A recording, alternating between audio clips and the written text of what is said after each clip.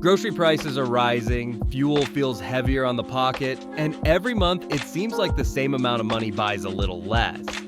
This is the moment most people start wondering who is actually fighting inflation and how much pain it takes to bring prices down. Behind every price tag in the supermarket and every fuel receipt at the pump, there are thousands of decisions happening inside central banks and government offices. These decisions shape the value of your money, your savings, and your future. Inflation simply means prices rise across the whole economy while the value of money falls. When inflation climbs too fast, it weakens salaries, shrinks savings, and makes planning for the future harder. Even small inflation rates seem harmless at first, but they quietly erode purchasing power each year. If prices rise at 5% annually, that same salary loses almost a quarter of its real value in just 5 years. This is why controlling inflation is one of the most important responsibilities of central banks and governments. If they act too slowly, inflation becomes painful. If they act too aggressively, the economy slows too much. The balance is never easy, and that is why this topic affects every citizen, not just economists. In most countries today, the main battlefield for controlling inflation is the central bank. In the United States, it is the Federal Reserve. In Europe, the European Central Bank takes charge. In Pakistan, it is the State Bank of Pakistan. The Reserve Bank of India performs the same job in India. These institutions are often independent, so they can make decisions without political pressure. Their main job in inflation control is called monetary policy.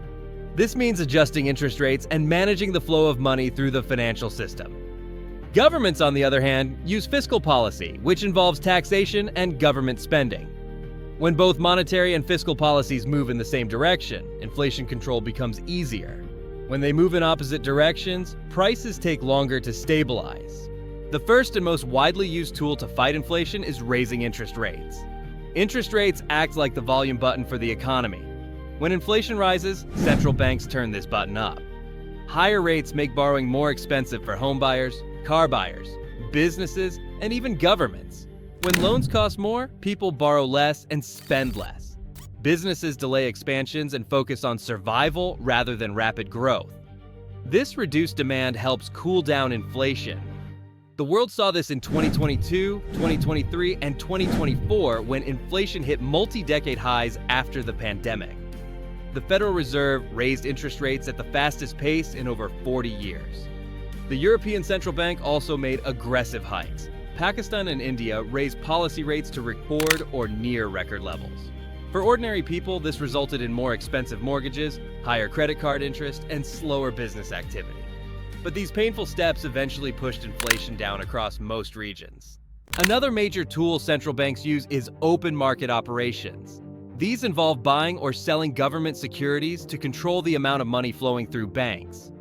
When inflation is rising, the central bank sells government bonds to commercial banks. Banks purchase these bonds using their own cash reserves.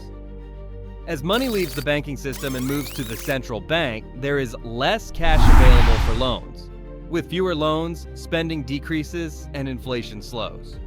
This tool is often used quietly in the background, but it plays a powerful role in influencing the economy's liquidity. A third tool is reserve requirements. Banks are required to keep a certain portion of their customers' deposits as reserves. When inflation rises, the central bank can increase this requirement. This means banks must hold more of their money in reserve and lend out less. With less credit available, demand cools, slowing inflation. Countries like India, China, and Pakistan use this tool more frequently than Western countries. It is especially useful when interest rates alone cannot slow inflation fast enough. Inflation targeting is another important strategy. Many central banks set a clear target range for inflation. For example, a common goal for many countries is around 2 to 4% inflation. When inflation goes above this target, the central bank begins tightening monetary policy. When inflation drops below the target, the bank eases policy to encourage growth. This target is not only a policy tool, but also a communication strategy. It helps build trust among businesses, investors, and international markets. When people understand the bank's goals, they can plan ahead with more confidence. Before we move into fiscal policy, here's your mid-video call to action. Would you accept higher interest rates and slower growth if it meant lower prices in the future? Comment yes or no, and add your country so we can compare how different governments are handling inflation worldwide. Fiscal policy is the second major weapon against inflation. This is controlled by governments, not central banks.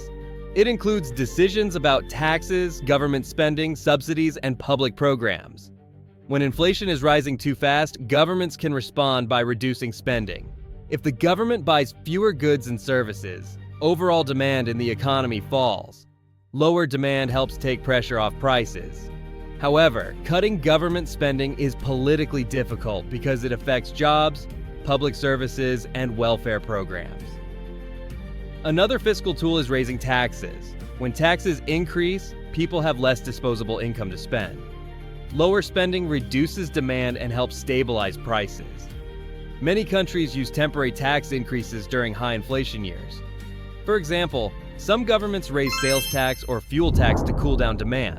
But tax hikes must be handled carefully so they do not hurt lower-income households more than others. Governments also use targeted subsidies or price controls to protect citizens from sudden spikes in prices.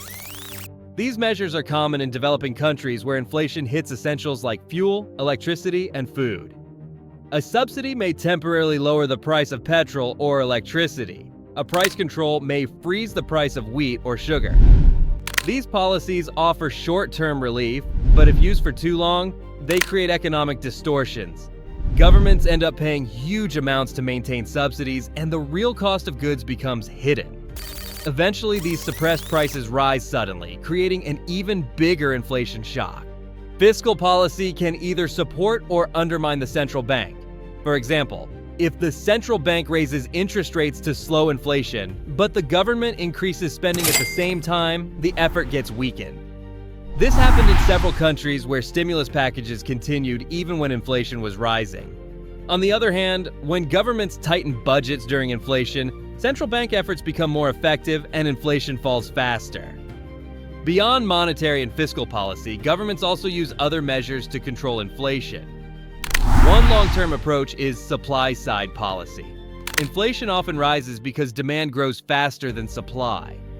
If governments invest in infrastructure, better transport systems, energy projects, agriculture, and manufacturing, the supply of goods increases. More supply means less pressure on prices.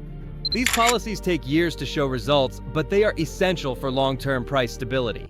Some countries have experimented with wage or price freezes. This means the government orders businesses to stop raising prices or stop increasing wages for a certain period. These policies rarely work in the long run because they do not fix the underlying problem. If demand remains high and supply remains low, inflation returns the moment controls are removed. Inflation control always comes with trade-offs. High interest rates slow inflation, but also slow growth. Businesses face higher loan costs. People buy fewer homes, and unemployment can rise temporarily. But if inflation is not controlled, the damage is much worse. Savings lose value, investors lose confidence, and currency stability is threatened. This painful balance is why inflation control is often described as choosing between pain now or pain later. Real-world examples help us understand how these policies play out. Between 2022 and 2024, global inflation hit levels not seen since the 1980s. Central banks around the world responded with aggressive rate hikes. The Federal Reserve raised rates more than 10 times. The European Central Bank followed with its fastest tightening cycle ever. The Bank of England, Reserve Bank of India, and State Bank of Pakistan all raised policy rates sharply. As inflation finally began falling in late 2024 and early 2025, banks slowly began cutting rates again. Pakistan used a combination of high policy rates, open market operations, and strict reserve requirements to pull inflation back toward its target. India used similar tools, focusing heavily on liquidity control. Europe relied mostly on interest rates while using communication strategies to manage market expectations. Visualizing this on a graph makes the story clear. As policy rates rise, inflation begins to fall after a few months. When rates stay high long enough, inflation returns to its target range. This pattern repeats across countries and across decades. Now comes the big question: can inflation ever be zero? The answer is that most economists do not want inflation to be zero. A small amount of inflation encourages spending and investment. It keeps the economy moving and prevents deflation, which is a dangerous situation where prices fall continuously. Deflation discourages people from spending because they expect lower prices later. This slows the economy and can lead to job losses. Therefore, a small, stable level of inflation, often around 2 to 4%, is considered healthy. The goal is not to eliminate inflation, but to keep it predictable and manageable. When governments control inflation well, people feel more secure about their salaries, savings, and investments. When they fail, prices rise too fast and the public loses trust in the economy. Inflation is not random. It is the result of choices made by leaders, central bankers, and policymakers. The real question is whether your government will choose small pain now or big pain later. The sooner inflation is addressed, the easier it becomes to protect the value of money.